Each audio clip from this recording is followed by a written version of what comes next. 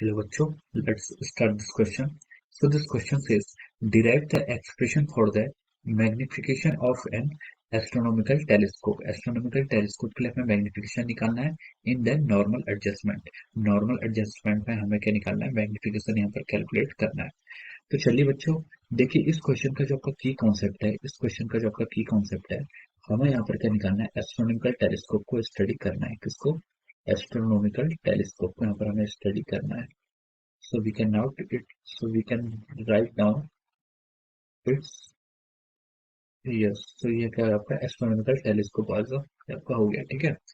अब देखिए, अब हम इस क्वेश्चन को आगे स्टार्ट करते हैं. तो देखिए हमें क्या निकालना है पर मैग्निफिकेशन. तो देखिए ये जो अरेंजमेंट आपको फिगर बनाया हुआ है, ये फिगर किसका? आपका एस्ट्रोनॉमिकल टेलीस्कोप का. यहाँ पर आपको एक फिगर गिवन है क्वेश्चन में. ठीक है. एक आपका एस्ट्रोनॉमिकल टेलीस्कोप है. ठीक है. देखिए टेलीस्कोप जो होता है सबसे पहले आपका किसके लिए यूज होता है? हम दूर के डिस्टेंट ऑब्जेक्ट को देखने के लिए हम टेलीस्कोप का यूज करते हैं. ठीक है. तो देखिए यहाँ पर क्या होता है, दो लेंस होते हैं. जो आपका ओ लेंस है, इस लेंस को क्या कहते हैं? इसका ऑब्जेक्टिव लेंस. ये आपका ओ लेंस क्या? आपका इस लेंस का ऑब्जेक्टिव लेंस है, और इसको हम बोलते हैं आई लेंस. ये दो के आपके कॉन्वेक्स लेंस है या फिर कन्वर्जिंग लेंस है. ठीक है. अब देखिए यहाँ पर ये आपकी आई है, इसको ये क्या? आपकी आई है. ठीक है. यहाँ से आपका देखते हैं, उसकी इमेज को देखते हैं. ठीक है. अब देखिए ये आपका पीक्यू एक ऑब्जेक्ट है जो कि आपका इंफिनिटी पर है. क्योंकि हम क्या करते हैं, टेलीस्कोप से हम उन ऑब्जेक्ट को देखते हैं जो हमसे काफी ज्यादा दूर होते हैं. ठीक है. तो ये ऑब्जेक्ट लगभग लगभग इंफिनिटी पे होते हैं, और इंफिनिटी से जो रेज आती हैं वो क्या आती हैं? ऑलमोस्ट पैरेलल आती हैं. तो देखिए ये जो रेज आ रही है आपकी, ये क्या है? ऑलमोस्ट पैरेलल रेज आ रही है from the infinity. P Q से ये आपकी रेज आ रही है. तो ये सबसे पहले जो रेज पास होती है, ये आपके ऑब्जेक्टिव लेंस से पास होती है. ऑब्जेक्टिव लेंस इसको इसलिए कहते हैं क्योंकि यहाँ से जो आपके डायरेक्ट जो आपकी ऑब्जेक्ट से रेज आती हैं वो किस पर पास होती हैं? इस लेंस से. तो इसलिए इसको ऑब्जेक्टिव लेंस कहते हैं.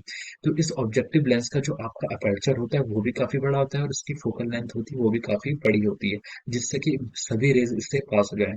ये आपका ऑब्जेक्टिव लेंस है. तो ऑब्जेक्टिव लेंस से ये रेज पास होती हैं, और after passing through the objective rays ये क्या करती हैं? आपका एक रियल इमेज बनाती हैं.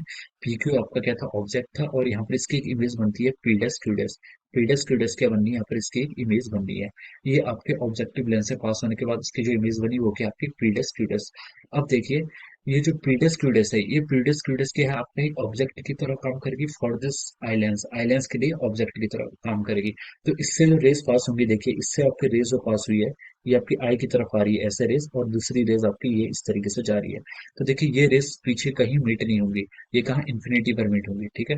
तो हम इनको रेस को एक्सटेंड करते हैं, एक्सटेंड कर रहे हैं, और ये पीछे लेके जा रहे हैं. ये रेस की आपकी एक्सटेंडेड रेस है, और फाइनली आपका यहाँ पर आके बननी है, काफी दूर डिस्टेंस पर आके बननी है ऑब्जेक्टिव लेंस से. जिस इमेज को हमने फाइनल इमेज जो बनी वो क्या? आपकी पी डबल डैश और क्यू डबल डैश. ये क्या? आपकी फाइनल इमेज बन गई है. ठीक है. तो ऑब्जेक्ट क्या था? आपका पी क्यू जो कि इंफिनिटी पे था. ऑब्जेक्टिव लेंस से जो इमेज बनी वो क्या बनी? आपकी पी डैश क्यू डैश. और जो फाइनल इमेज आई लेंस से पास होके बनी वो क्या बनी? आपकी P double dash Q dash. और ये इमेज क्या है? काफी मैग्नीफाइड इमेज है, और क्या है? ये इन्वर्टेड इमेज है. मैग्नीफाइड और इन्वर्टेड इमेज बनी है, और ये आपकी वर्चुअल इमेज है ऑब्वियसली, क्योंकि ये रेस क्या कर रही थी? पीछे आपकी पॉइंट ऑफ इंटरसेक्शन ऑफ, आपको पता होगा, रिफ्लेक्टेड रे, इसको क्या कहते हैं? हम इमेज कहते हैं. ठीक है. तो चलिए ये आपका हो गया. आपका ये हमारे लेंस के बारे में हमने बता दिया. ठीक है. अब देखिए जो आपके यहाँ पर, अब हमें यहाँ पर पूछा गया कि हमें यहाँ पर क्या निकालना है? Magnification in the case of our normal adjustment. ठीक है. नॉर्मल एडजस्टमेंट में जो इमेज होती है, जो फाइनली नॉर्मल एडजस्टमेंट में क्या होता है? जो आपकी पोजीशन होती है, ठीक है, जो पोजीशन इस एडजस्टेड फाइनल इमेज जो बनती है आपकी, वो कहाँ पर बनती है? इन्फिनिटी में बनती है.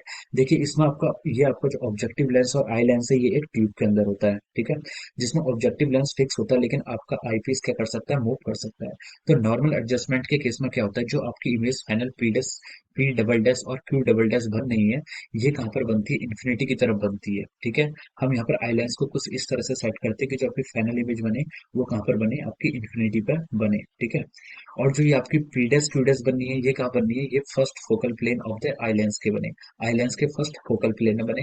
तो ये आपका नॉर्मल एडजस्टमेंट में क्या होता है? नॉर्मल एडजस्टमेंट में ये सब फर्क होता है. ठीक है.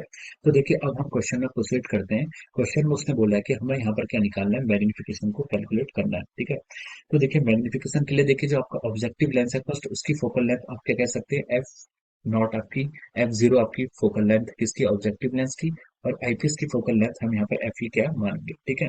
अब देखिए जो आपका ऑब्जेक्ट है, ये तो आपसे काफी दूर क्या है? काफी दूर पर है. ठीक है.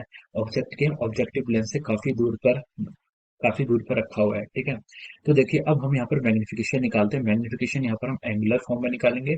तो देखिए अब जो आपकी फर्स्ट इमेज बनी है क्या, पी डैश बनी है, हम उसके लिए यहाँ पर कैलकुलेट करते हैं एंगुलर मैग्निफिकेशन। तो देखिए यहाँ पर आपका जो एंगल अल्फा है, जो आपका एंगल अल्फा है इसका मॉड ले लेते हैं, क्योंकि मॉड ऑफ अल्फा लेंगे, और ये आपका क्या होगा, मॉड ऑफ अल्फा डैश, ये दोनों एक दूसरे के इक्वल होंगे। Since this angle are very small, तो हम कह सकते हैं इन्फिनिटी पर है तो एंगल स्मॉल होंगे, तो हम कह सकते हैं कि यहाँ से ये आपका जो टेन ऑफ अल्फा डैश बोलो या फिर टेन ऑफ अल्फा, आप कुछ भी लिख सकते हैं, ये किसके इक्वल होगा, हम बोलेंगे कि टेन अल्फा डैश, आपका ये एंगल जो है इसका टेन कैलकुलेट करना है, ये आपका परपेंडिकुलर बाय बेस, परपेंडिकुलर के यहाँ पर पी डैश क्यू डैश लिख सकते हैं, it is coming up to be P dash Q dash divide by base. Base क्या हो जाएगा आपका, ओ से लेकर पी डैश की डिस्टेंस, ओ से लेकर पी डैश की डिस्टेंस की आपकी focal length of objective lens, तो हम इसको कह सकते हैं एफ ओ लिख सकते हैं। So make it equation number one, इसको हमने क्या बोल दिया, इक्वेशन नंबर वन बोल दिया। अब देखिए अब आपको क्या देखना है, ये तो आपके ऑब्जेक्ट से आपने एंगल अल्फा जो सबटेंड हो रहा था वो कैलकुलेट किया। अब देखिए जो इमेज को देखने के लिए जो हमारे बीटा एंगल बनना है आई से, जो आपकी फाइनल इमेज इन्फिनिटी पर बननी है, उसके लिए हमने यहाँ पर बीटा एंगल क्या किया, सबटेंड किया है। तो ठीक है, अब यहाँ पर हम बीटा एंगल को कैलकुलेट करते हैं। तो बीटा को हम लिख सकते हैं, बीटा, इसको हम मॉड ऑफ बीटा लिखेंगे, is equal to tan of beta, इसका आपका mod is equal to coming out to be. तो देखिए टेन बीटा क्या हो जाएगा यहाँ से, P dash Q dash perpendicular divide by base, ठीक है, क्या हो जाएगा, P dash Q dash divide by base. Base कितना है यहाँ पर, ई पी डैश, ठीक है, बेस कितना हो जाएगा यहाँ से, ई पी डैश। लेकिन हम यहाँ पर किसकी बात कर रहे हैं, आपका नॉर्मल एडजस्टमेंट, जहाँ पर इमेज आपकी इन्फिनिटी पे बनती है, तो ये ई पी डैश जो आपके आई लेंस की फोकल लेंथ के इक्वल हो जाएगा। इसको हम सीधे यहाँ से एफ यहाँ पर पुट कर सकते हैं। So make it equation number two. तो ये आपकी इक्वेशन नंबर वन होगी और ये आपकी इक्वेशन नंबर टू हो गई है। तो देखिए अब हम यहाँ पर क्या करते हैं, अब देखिए अब हम यहाँ से लिख सकते हैं, अगर इसको हम क्या करें, इक्वेशन टू कर इक्वेशन वन से डिवाइड करें, अगर हम इक्वेशन वन से डिवाइड करेंगे इक्वेशन टू को, तो हम यहाँ से लिख सकते हैं जो आपको मॉड ऑफ बीटा आएगा divide by mod of alpha आएगा, इसको हम ऐसे लिखेंगे, क्या लिखेंगे, P dash Q dash divide by F E, और ये आपका होल डिवाइडेड हो जाएगा किससे, अल्फा से, अल्फा आपका क्या है, P dash Q dash divide by और एफ ओ, ठीक है। तो देखिए अब यहाँ से एफ ओ आपका ऊपर आ जाएगा, डिवाइड बाई ये कितना बन जाएगा, एफ ऑफ ई, ये आपका क्या आ जाएगा, मैग्निफिकेशन आ जाएगा, या फिर ये आपका बीटा बाई अल्फा आ जाएगा, ठीक है। अब देखिए यहाँ पर हमें एंगुलर मैग्निफिकेशन निकालना पड़ता है। तो एंगुलर मैग्निफिकेशन की जो आपकी डेफिनेशन होती है वो क्या होती है, एंगुलर, सॉरी एंगुलर मैग्निफिकेशन होगा, दिस इज एंगुलर मैग्निफिकेशन। तो देखिए एंगुलर मैग्निफिकेशन की जो फॉर्मूला होता है वो होता है, देखिए मैग्निफिकेशन होता क्या है। अब देखिए सबसे पहले जो आपकी फाइनल इमेज बननी है क्या, P double dash Q double dash जो कि इन्फिनिटी पर बननी है, वो कितना एंगल क्या करेगा, सबटेंड करेगा आपकी आई से, आई से कितना डिग्री का एंगल सबटेंड कर रहा है, वो आपका आ रहा है बीटा। तो हम लिख सकते हैं एंगुलर मैग्निफिकेशन, एम को एम से डिनोट करे से, तो हम इसे लिख सकते हैं बीटा डिवाइड बाय क्या होगा, जो आपका जो ऑब्जेक्ट है, ऑब्जेक्ट क्या था आपका पीपी, उसने कितनी एंगल, कितना उसने एंगल बनाया था आपका अनएडेड आइज से, कितना एंगल बनाया था, अल्फा एंगल बनाया, तो हम इसको क्या लिख सकते हैं, बीटा बाई अल्फा, यहाँ से आपका मैग्निफिकेशन आ जाएगा, ठीक है। तो बीटा बाई अल्फा यहाँ से क्या आएगा, आपका मैग्निफिकेशन आएगा। अब देखिए जो अल्फा और बीटा आपके एंगल हैं, जब आपके डायग्राम में अल्फा और बीटा एंगल बने हुए हैं, ये क्या है, एक्सिस के आपके अपोजिट साइड्स में है, अल्फा और बीटा क्या है, अपोजिट साइड्स में है।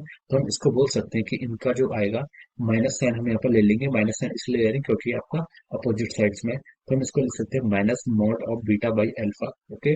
तो अब देखिए अब यहाँ से हम दोनों इक्वेशंस को कंपेयर करें, तो ये भी आपका कहते हैं यहाँ पर mod of beta by alpha को अगर यहाँ से हम लिखें, तो हम यहाँ से लिख सकते हैं magnification is equal to, make it equation number three. तो हम इक्वेशन थ्री से लिख सकते हैं जो आपका मैग्निफिकेशन की वैल्यू आएगी minus mod of beta by alpha, उसको हम क्या लिख सकते हैं, f zero by f of e. ये क्या आएगा, आपका मैग्निफिकेशन आएगा in case of our astronomical telescope. तो ये आपका क्या हो जाएगा, फाइनल फाइनल आंसर आ जाएगा, ठीक है। तो M is equal to minus of f zero minus of f e, ये क्या आ जाएगा आपका magnification from a astronomical telescope, और कौन सा आपका नॉर्मल एडजस्टमेंट के मोड पर, ये आपका फाइनल आंसर आ जाएगा। So I hope you all understood this concept. All the best and thank you so much.